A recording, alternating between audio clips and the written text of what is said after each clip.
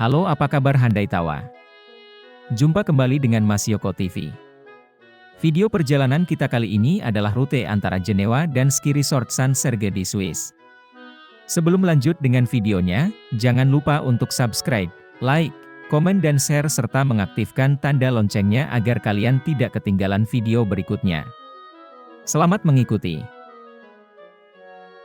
Karena sakit nggak sembuh-sembuh, pada hari Kamis siang, akhirnya Parto meninggal dunia dan jadi hantu. Malam harinya, pas malam Jumat, hantu Parto balik ke rumah untuk menjumpai istrinya. Terdengar suara ketukan di pintu rumah. Tok tok tok, tok tok tok. Istrinya kaget dan bertanya, "Siapa di luar?" Parto menjawab, "Ini aku, suamimu." "Hah? Kenapa kamu balik? Kan sudah mati."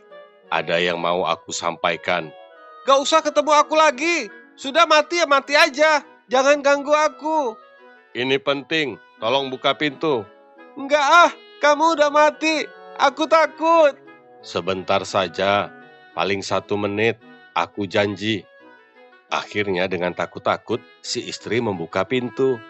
Di depan pintu, hantu Parto tersenyum dan berkata, "Cie-cie, janda nih." Ini kisah nyata pada saat Agus dan Udin masih kuliah. Agus yang sudah sering menggunakan internet sedang mengajari Udin cara menggunakan internet untuk pertama kali. Agus mengajarkan pada Udin bahwa untuk masuk ke sebuah website harus menambahkan huruf www sebelum menulis alamat website yang diinginkan. Udin pun bingung dan bertanya, "www itu apa ya Gus?"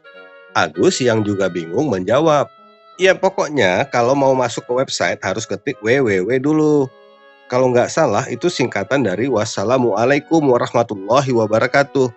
Udin pun percaya, maka selanjutnya sebelum mencari sesuatu di internet, ia selalu mengucapkan salam terlebih dahulu. Suatu hari Udin sedang camping di hutan. Tiba-tiba ada ular yang menggigitnya. Udin berteriak panik. "Ah, tolong, tolong!" Si ular pun juga ikutan panik. "Waduh, gimana nih? Aku gak sengaja, Bak. Maaf, maaf." Udin pun kesal. "Lah, elu kenapa ikut panik? Kan elu yang gigit." Si ular menjawab, "Maaf, Bak. Soalnya racunku akan membunuh mangsa dalam waktu 30 menit." Udin pun hanya bisa pasrah menunggu kematiannya di tengah hutan yang sepi. Tapi untunglah si ular punya solusi. Jadi si ular kembali menggigit kaki Udin. Udin berteriak marah pada si ular. "Woi, ular sialan, kenapa lu gigit lagi kaki gue?" Ular menjawab, "Gini bang, kalau racunku dapat membunuh mangsa dalam 30 menit, berarti kalau aku gigit lagi bisa nambah jadi 60 menit. Dasar ular anjing." Asyong, pemilik toko elektronik di Glodok yang berusia 70 tahun, meninggal dunia sebelum Imlek. Ketika arwahnya dalam perjalanan ke akhirat, bertemulah ia dengan malaikat. Malaikat pun bertanya, "Asyong, kamu mau masuk surga atau neraka?" "Haiya, kagak penting lah buat Oe ya, neraka apa surga. Cuma Oe mau tanya, mana banyak orang ke neraka atau surga?" "Zaman sekarang banyak orang yang ke neraka. Kenapa kamu tanya begitu?" "Haiya, soalnya Oe mau buka toko di situ." Udin datang ke rumah Pak Ustadz untuk mengaku kalau dia sudah tobat dan rajin sholat. Jadi Pak Ustadz mau ngetes si Udin. "Mas Udin, sholat Jumat ada berapa rakaat?" Udin menjawab, 4 Ustadz." "Mas Udin pulang dulu deh, cari jawaban yang benar ya." Udin pun pulang. Di tengah jalan dia ketemu sahabatnya Agus. Terus Udin bertanya, Gus, menurut elu sholat Jumat berapa rakaat?" Agus menjawab, "Ya 2 lah." "Wah, payah lu. Mendingan lu pulang deh, belajar lagi."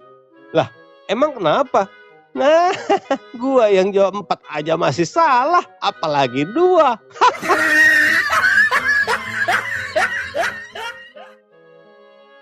Di sebuah mall, seorang dokter sedang ngopi di kafe berdua istrinya.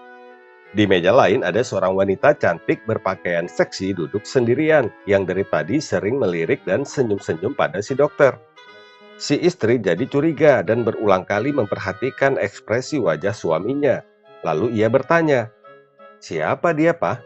Kayaknya dia kenal Papa deh. Papa kenal dia?" Si suami agak gelagapan. "Oh iya mah, kenal." "Kenal? Kenal di mana?" Di ruang praktek mah." "Oh gitu ya, ruang praktek. Di ruang praktek Papa atau ruang praktek dia?" Suatu hari ada preman yang sok jagoan berjalan penuh gaya ke sebuah warung untuk malakin yang lagi minum di situ. Kebetulan ada 4 pemuda lagi ngopi di sana. Si preman langsung menggertak. Kalian, siapa yang berani lawan gue di sini, ha?" 4 pemuda itu kaget. Terus pemuda satu berdiri dan menjawab, "Aku berani." Terus pemuda 2 pun ikut berdiri. "Aku juga berani. Ada apa rupanya, bro?" Rupanya pemuda 3 juga berdiri. "Hei, aku juga berani lawan lu. Kenapa rupanya?" Si preman langsung nelan ludah dan keluar keringat. Apalagi pemuda 4 yang bodinya seperti Adirai juga ikut berdiri. Kenapa kau ini ya? Nanya-nanya siapa yang berani? Kami semua berani nih." Akhirnya dengan gugup preman itu berkata, "Kalau begitu, kita berlima adalah pemuda pemberani." Terus si preman langsung kabur. Saat tiba di rumah, seorang istri dengan semangat langsung menghampiri suaminya. "Pah, aku barusan lihat harga pakaian murah-murah banget. Bener-bener sangat murah loh, Pah. Beli yuk, Pah." "Beli? Iya boleh aja.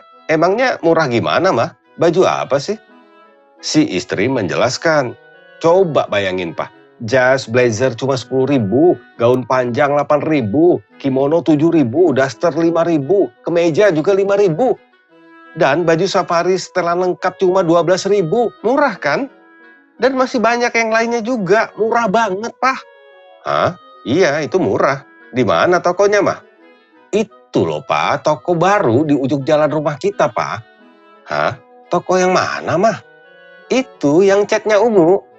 "Wah, itu mah bukan toko baju, sayang. Itu laundry." Suatu hari, seekor kucing yang sedang asik jalan diketawain sama seekor sapi. Si kucing yang ngerasa diketawain jadi kesel. Sapi, kenapa lo ketawa-ketawa?" Si sapi malah ngejek. Cing, lu mah aneh ya. Masa masih kecil udah kumisan?" Rupanya si kucing gak terima dan balas ngejek. "Woi sapi, daripada lu udah tahu susunya gede, malah keluyuran gak pakai BH."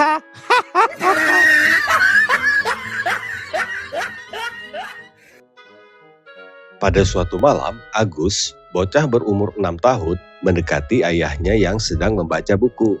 Agus bertanya, "Ayah, apakah hantu itu benar-benar ada?" Ayahnya menjawab, "Tidak nak, hantu itu tidak ada. Hantu cuma cerita bohong yang ada di film saja. Tapi ya, tetangga sebelah rumah kita bilang hantu itu benar-benar ada." Ayahnya pun kaget. "Agus, mulai besok kamu jangan main lagi ke rumah sebelah." "Kenapa ya, tetangga sebelah baik-baik kok?" "Wah, rumah sebelah itu sudah kosong sejak 10 tahun yang lalu, Agus."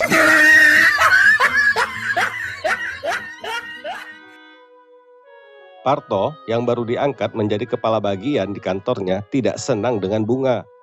Jadi dengan marah dia membentak sekretarisnya. "Susi, siapa yang meletakkan bunga ini di atas meja saya?" "Saya, Pak," jawab sekretarisnya. "Kenapa kamu nggak tanya dulu? Saya nggak suka bunga tahu." "Maafkan saya, Pak, tapi saya disuruh meletakkan bunga di meja Bapak." "Hah? Siapa yang suruh?" "Istri Bapak." "Oh, bagus-bagus ya bunganya."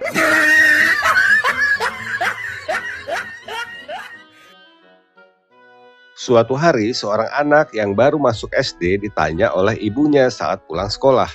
"Belajar apa tadi di sekolah, Nak?" "Belajar menulis, Bu." "Oh iya? Hebat. Apa yang kamu tulis, Nak?" "Nggak tahu, Bu. Kan aku belum belajar membaca."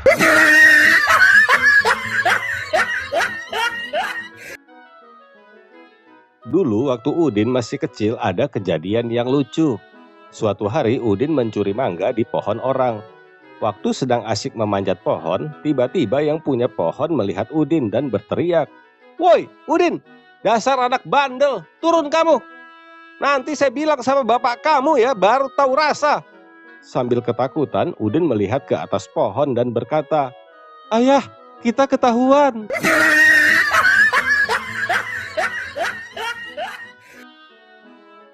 Suatu hari di kelas sedang mempelajari biologi. Sebutkan binatang yang bisa hidup di dua alam. Kata Bu, bisa hidup di darat dan di air. Pinter kamu Agus. Coba kamu Udin, apa contoh binatang lainnya yang bisa hidup di dua alam? Babi ngepet Bu, hidup di alam nyata dan di alam gaib.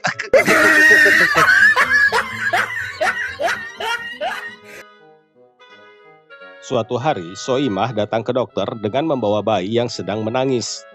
Resepsionis langsung menyuruh Soimah ke ruang praktek dokter. Melihat Soimah, si dokter langsung bangkit dari kursi dan bertanya, "Anak ini minum ASI?" Soimah menjawab, "Iya dok, minum ASI." Tanpa babi ibu, si dokter langsung meletakkan bayi di kursi dan menidurkan Soimah di ranjang untuk diperiksa. Lalu dokter membuka pakaian Soimah dan memeriksa payudaranya. Setelah mencoba berbagai cara selama 10 menit, ternyata ASI Soimah tidak juga keluar. Lalu si dokter berkata, pantes anak ini menangis, ASInya nggak ada." Soimah menjawab, "Itu anak majikan saya dok."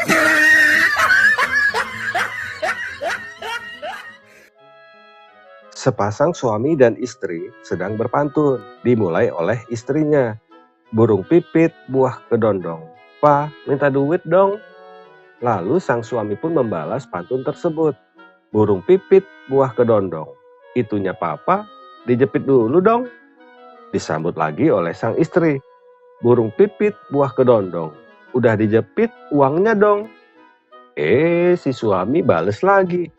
"Burung pipit, buah kedondong. Jepit lagi dong." Dibales lagi sama istrinya. "Burung pipit, buah kedondong. Dasar pelit, ntar itunya dipotong."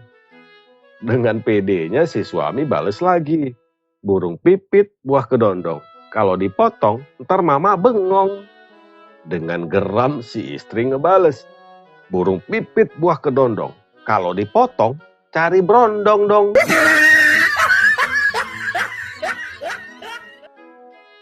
Pada suatu waktu di akhirat, penghuni surga dan neraka sepakat membangun mega proyek, yaitu sebuah jembatan penghubung antara surga dan neraka. Tujuannya untuk menjalin silaturahmi antara penghuni surga dan neraka. Disepakati para penghuni surga dan neraka akan membangun jembatan itu dengan swadaya masing-masing dari tempatnya. Dan nantinya jembatan akan bersambung di tengah-tengah. Lalu dimulailah pembangunan jembatan tersebut. Setelah 3 bulan, jembatan yang dibangun dari arah neraka sudah selesai. Tapi setengah jembatan lagi yang seharusnya dibangun oleh penghuni surga belum juga dimulai. Penghuni neraka pun marah-marah. Maka diutuslah tim independen untuk menyelidiki masalahnya. Setelah diselidiki, ternyata penyebabnya adalah tidak seorang pun penghuni surga yang mengerti cara membangun jembatan. Sedangkan di neraka berkumpul para kontraktor dan pejabat dinas PU. Suatu hari di kelas sedang mempelajari bahasa Inggris. Work artinya kerja. Kalau working artinya bekerja. Paham anak-anak? Murid-murid serentak menjawab, "Paham Bu Guru." Bagus, sekarang kalian cari kata yang lain. Mulai dari Cika. Play artinya main. Jadi playing artinya bermain. Pinter. Sekarang coba Agus. Sing artinya nyanyi. Jadi singing artinya bernyanyi. Bagus sekali. Sekarang Udin. Song artinya lagu. Jadi kalau songong artinya belagu. Karena udah hampir jam 2 siang belum nyampe di rumah, kakek Udin gelisah nungguin cucunya pulang sekolah. Akhirnya Udin muncul dan kakeknya langsung bertanya, "Cil, kenapa kamu terlambat pulang hari ini?" Udin menjawab sambil tertunduk malu. "Soalnya tadi Udin dihukum sama ibu guru." "Kenapa? Kamu ganggu teman lagi ya?" "Enggak kek, Udin ditanyain sama bu guru siapa yang tanda tangan teks proklamasi kemerdekaan Indonesia." Kamu jawab apa? Udin jawab, nggak tahu, kek. Beneran, bukan kamu yang tanda tangan kan? Iya, kek. Sumpah, bukan Udin.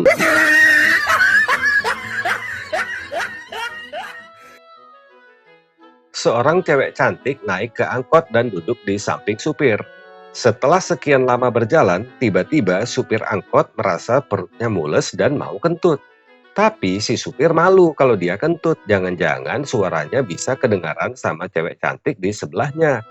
Si supir akhirnya dapat ide agar suara kentutnya nanti tidak kedengaran oleh si cewek cantik. Dia akan bunyikan klekson setiap kali dia kentut. Lalu si supir beberapa kali membunyikan kleksonnya sambil mengeluarkan angin dari dalam perutnya. Tiba-tiba si cewek ngomong, "Mas, jangan tekan klekson lagi ya." "Hah? Kenapa, Neng?" "Soalnya tiap kali bunyi klekson jadi bau kentut, Bang." Habis gajian, Udin yang biasanya ngopi di emperan, kali ini berani nyobain ngopi di kafe terkenal di sebuah mall. Tapi waktu diminum, kopinya nggak enak. Udin pun komplain ke pelayan kafe. "Dek, saya baru pertama kali ngopi di sini. Kok rasanya asin, nggak enak?" Merasa nggak terima dikomplain seperti itu, si pelayan menjawab, "Maaf ya mas, nggak mungkin kopi kami asin. Kami sudah membuat kopi selama 50 tahun." Udin pun menjawab, "Oh alah, pantes. Wong bikin kopinya udah lama. Harusnya yang dijual kopi baru dong." Dalam perjalanan naik bis dari Surabaya ke Bandung, seorang nenek yang duduk di belakang supir menepuk bahu si supir bis. Si nenek menawarkan kepada supir segenggam kacang mete. Supir menerima pemberian nenek sambil mengucapkan terima kasih. 5 menit kemudian, nenek itu menepuk lagi bahu si supir dan memberikan segenggam kacang mete lagi. Si supir pun bertanya pada nenek tersebut, "Terima kasih ya, Nek. Nenek kok baik sekali. Kenapa kacang metenya dikasih ke saya? Nenek nggak suka kacang mete?" Si nenek menjawab, Sebenarnya suka, tapi nggak mungkin nenek makan kacang mete itu karena nenek nggak punya gigi. "Terus kenapa nenek beli?" tanya si supir. Nenek nggak beli kacang mete. Tadi nenek beli coklat Super Queen, tapi cuma nenek isap-isap aja coklatnya. Tapi kan sayang kalau kacang metenya dibuang. Supir bis langsung muntah dan bis pun oleng hampir nabrak pohon. Suatu hari waktu pulang dari fitness center, Soimah, istrinya Udin, cerita sama suaminya. "Mas, tadi waktu abis nge-gym, aku lagi buka BH. Nggak taunya ada cowok ganteng lewat dan ngeliatin aku." "Hah? Kurang ajar. Terus kamu gimana?" "Ya, aku malu banget dong, Mas. Jadi aku tutupin aja muka aku pakai BH." "Hah? Apa? Dasar dodol." "Bukan dodol, Mas. Tapi aku malu." "Dodol, dodol." Suatu hari, dalam hutan rimba, monyet bertanya kepada Tarzan. "Tarzan, kenapa sih kamu pakai celana? Kami semua nggak pakai. Ada rahasia apa sih?" Enggak ada rahasia-rahasiaan." Tapi monyet tetap penasaran. "Zan, kita kan berkawan baik. Masa sama kami aja ada rahasia?" "Aku bilang nggak ada, ya nggak ada." Ternyata monyet masih nggak puas dengan jawaban Tarzan. Jadi dia pun ajak kawan-kawannya ke pondok Tarzan untuk mengintip. Dan seperti biasa, sebelum mandi, Tarzan pasti buka celananya. Begitu melihat Tarzan yang bugil, monyet-monyet pun ketawa sampai guling-guling.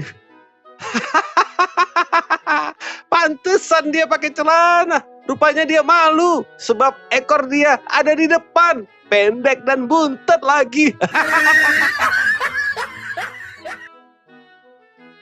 Pulang sekolah, Udin yang baru bagi rapot langsung lari menjumpai ayahnya yang sedang duduk di teras rumah. "Assalamualaikum, Ayah." "Ayah adalah seorang ayah yang beruntung." "Hah? Beruntung? Beruntung kenapa, Nak?" "Karena Ayah nggak perlu lagi beliin buku pelajaran baru untuk Udin di tahun ini." "Oh ya, kenapa nggak perlu, Nak?" "Karena Udin nggak naik kelas ya." Pagi itu, Pak dosen baru masuk ke dalam ruang kuliah untuk memulai pelajaran hukum pidana. Tiba-tiba seorang mahasiswa tunjuk tangan. Pak, boleh tanya Pak? Ya, silakan. Pertanyaan apa? Pak, sebenarnya boleh tidak seseorang dihukum karena perbuatan yang belum dilakukannya? Oh, jelas tidak boleh. Seseorang baru boleh dihukum apabila dia sudah berbuat salah. Oh, begitu ya Pak? Kalau begitu, jadi saya bebas hukuman ya Pak? Soalnya saya belum mengerjakan tugas. Oh, iya. Kamu boleh pulang, bebas hukuman. Tapi saya pastikan semester ini nilai kamu D. Setiap malam minggu, ibunya ngelihat si Agus cuma di rumah aja. Si ibu jadi khawatir kalau anak laki-lakinya itu ada kelainan. Karena umurnya udah 25 tahun tapi masih jomblo. Terus si ibu nanya ke Agus, Gus, malam minggu kok di rumah aja? Kamu udah punya pacar belum? Umur kamu kan udah 25. Teman-teman sebaya kamu udah pada punya istri dan anak. Udah kok Bu, ini juga mau berangkat ngapel. Loh, kamu kok nggak ngasih tahu ibu kalau udah punya pacar? Siapa namanya? Orang mana? Namanya Sari Bu, orang kompleks sebelah. Oh, si Saripah, anaknya Pak Said ya? Yang cantik kayak Arab-Arab itu kan? Besok ajak main ke sini dong. Bukan Sari yang itu Bu. Jadi Sari yang mana dong? Sari Pudin Bu. Astagfirullah, si Udin. Setahun yang lalu, saya punya pengalaman seram diikuti hantu. Kemanapun saya pergi, hantu itu ikut terus sampai akhirnya saya capek dan hampir seperti orang gila. Pas waktu itu, saya sedang punya banyak tugas dari kantor yang harus saya selesaikan. Tapi karena gangguan hantu itu, saya nggak bisa fokus ngerjain tugas kantor. Jadinya saya tambah stres di saat harus selesaikan tugas kantor yang menumpuk, hidup saya sedang diganggu sama hantu itu. Akhirnya, yang awalnya saya takut sama hantu itu, rasa takut itu pun jadi hilang, berubah jadi rasa emosi, naik pitam. Saya marah sama hantu yang selalu gangguin itu. Setelah seminggu, hantu itu nggak juga berhenti ngikutin saya. Suatu malam saat hantu itu muncul di kamar kos saya, hantu itu pun saya lawan. Saya bentak-bentak. Hei setan, kalau kau nggak bisa bantu, sana pergi. Dasar sampah masyarakat. Kau ini hantu apa ormas sih? Nggak ada gunanya. Waktu lagi banyak duit, Agus dan Udin liburan safari ke hutan Afrika. Tiba-tiba mereka ketemu dengan seekor singa. Mereka pun panik. Agus berbisik pada Udin. Shh, harap tenang. Berdasarkan buku yang aku baca, kalau kita nggak bergerak, singa itu nggak akan mengganggu dan segera meninggalkan tempat ini. Terus Udin menyela. Oh, gitu ya? Tapi apakah singa itu juga membaca buku yang kamu baca? Ketika sedang belusukan ke daerah yang miskin dan kumuh, Presiden Jokowi bertemu seorang ibu yang sedang jualan kue sendirian. Presiden Jokowi bertanya, "Ibu, sudah berapa lama Ibu jualan kue?" "Sudah sekitar 30 tahun, Pak," jawab si ibu. "Oh, berapa orang anak Ibu? Kenapa tidak membantu?" "Saya punya 4 anak, Pak. Semuanya sibuk bekerja." "Oh, begitu. Hebat. Kerja di mana anak Ibu?" "Ada yang di Polda, KPK, Kejaksaan, dan yang bungsu di DPR RI, Pak. Makanya mereka tidak bisa membantu." Wah, luar biasa. Presiden pun sangat kagum karena sang ibu berhasil membuat anak-anaknya sukses hanya dengan berjualan kue. "Jabatan anak ibu di sana apa, Bu?" tanya presiden lagi. "Oh, sama, Pak. Jualan kue."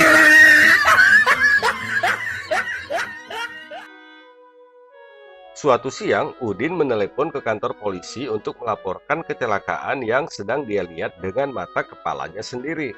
Pak polisi, Udin bicara sambil ngos-ngosan. "Ya, halo, dengan siapa?" "Udin, Pak." "Pak Udin?" "Ya, ada apa, Pak?" Ada kecelakaan, Pak." "Oh ya, di mana kejadiannya?" "Saya nggak tahu, Pak." "Loh, kok nggak tahu?" Iya, Pak, soalnya saya lihat kecelakaannya di TV, Pak. Ayo nonton, Pak, takut keburu iklan." "Hah, kampret." Seorang istri baru pulang dari dokter. Sesampainya di rumah, suaminya bertanya, "Gimana, Mah? Kata dokter, Mama sakit apa?" "Alhamdulillah, Pak. Kata dokter, Mama nggak apa-apa. Cuma stres." "Stres? Terus saran dokter gimana? Apa obatnya, Mah?" "Dokter menyarankan supaya Mama rileks, Pak. Katanya butuh liburan ke luar negeri seperti ke London, Paris, LA, atau minimal Hong Kong, Macau, Singapura.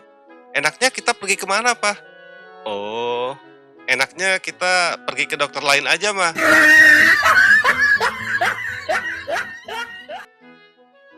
Wali kota melakukan inspeksi mendadak ke sebuah rumah sakit jiwa di kotanya. Seluruh dokter dan staf RSJ berdiri. Ada juga beberapa pasien yang menurut pemeriksaan sudah hampir sembuh. Wali kota pun menyalami seluruh staf dan waktu sampai di barisan pasien, wali kota menyapa sambil berkata, "Saya wali kota." Salah satu pasien tersenyum lalu berkata, "Oh, bagus, tidak apa-apa kok." Wali kota pun bingung dengan jawaban itu, kemudian bertanya, "Tidak apa-apa? Maksudnya apa?" Pasien itu kemudian mendekat dan menepuk bahu wali kota sambil berkata dengan tenang, "Waktu saya baru masuk, saya juga ngaku gubernur. Lama-lama nanti sembuh kok sesudah dirawat di sini. Yang sabar ya." Semua orang pun tertawa, kecuali wali kota. Parto dan istrinya lagi ngobrol tentang anak-anak mereka. "Mak, anak kita yang paling tua, si Udin, kok nggak mirip ya dengan dua adiknya?" tanya Parto. "Emang kenapa, Mas?" tanya istrinya balik. "Enggak, aku cuma heran kok bisa beda gitu ya. Si Udin hitam dan jelek lagi. Nggak mirip sama adik-adiknya yang putih dan ganteng-ganteng." Sebenarnya hati Parto sudah lama curiga pada istrinya dan malam ini ia sudah bertekad untuk mencari kebenaran. "Mak, apa jangan-jangan bapaknya Udin beda? Apa benar begitu?" tanya Parto mulai emosi. Istrinya pun menunduk ketakutan. "Coba kamu jujur, apa benar bapaknya beda dengan dua adiknya, ha?" Akhirnya si istri menjawab kecurigaan Parto selama ini. "Iya, Mas, memang beda." Parto menarik nafas panjang dan berusaha menahan marah. "Jadi siapa bapak si Udin, ha?" Istrinya menjawab, "Bapaknya ya kamu, Mas. Kalau adiknya yang bukan. Coba ngaca, Mas." Waktu zaman Orde Baru dulu, ada seorang warga Cina yang ingin jadi WNI. Jadi dia menjumpai petugas di kantor imigrasi. Lalu si petugas melakukan tes wawasan kebangsaan. "Engkau jangan takut, pertanyaannya gampang kok. Saya akan mulai dengan sejarah." Petugas mengambil gambar R.A. Kartini dan bertanya, "Ini gambar siapa?" Dengan yakinnya si engkoh menjawab, "Hanya, itu kan Nyonya Menil. Bagus loh, sering minum." Terus petugas mengetes wawasan tentang pemerintahan dengan memperlihatkan foto Presiden Soeharto yang menempel di dinding. "Foto siapa itu?" "Hanya, itu kan hopeknya Lim. Intel agang ya, anak-anaknya juga." Mendengar jawaban itu, si petugas jadi sakit kepala. "Waduh, ini tes terakhir ya kok. Coba nyanyikan lagu Indonesia Raya." Si engkoh langsung berdiri tegap dan bernyanyi, "Indonesia, tanah airmu." Petugas langsung berdiri. Stop. Kenapa tanah airmu kok?" "Hei ya, tanah lo. Balu awe bilang tanah airku." Seorang dukun sedang memandikan keris dengan bunga 7 rupa. Tiba-tiba datanglah Parto ke padepokan si dukun. Saat melihat si dukun sedang memandikan kerisnya, Parto berkata, "Wah, Mbah, itu pasti keris naga yang terkenal sakti itu ya, yang memberi kekuatan paranormal untuk Mbah." Tanpa menoleh, si dukun menjawab, "Ketahuilah, aku dapatkan keris ini dari puncak gunung Mahameru. Aku bertapa selama 40 hari. Dan di hari ke-41, aku bertemu ular besar. Aku tangkap ular itu." "Wah, hebat, Mbah. Jadi ular besar itu mengecil dan menjelma menjadi keris sakti ini ya, Mbah?" "Kamu kebanyakan nonton film horor. Ya nggak mungkin lah. Ular itu aku jual 200.000. Terus duitnya aku beli keris ini di Tokopedia 150.000. Masih ada sisa 50.000. Lumayan." Di sebuah hotel yang paling disiplin peraturan, seorang cowok muda masuk bersama seorang wanita parubaya yang cantik dan seksi. Resepsionis hotel yang bernuansa syariah itu bertanya dengan menyelidik, "Maaf mas, di hotel ini tidak boleh menginap dengan perempuan yang bukan mahramnya." Ternyata si cowok muda protes, "Loh, ini ibu saya, Mbak," kata cowok muda tersebut. Akhirnya, resepsionis memberikan kunci kamar kepada cowok muda itu setelah membayar bil hotel. Tapi karena masih curiga, si resepsionis menyuruh seorang office boy untuk menyelidiki apakah wanita paruh baya itu memang ibu pemuda tadi. 15 menit kemudian, office boy memberi laporan. "Iya benar, ibu itu memang ibunya anak muda itu." "Yakin kamu? Dari mana kamu tahu?" tanya resepsionis. "Yakin, saya lihat kok, ibu itu sedang menyusui anaknya."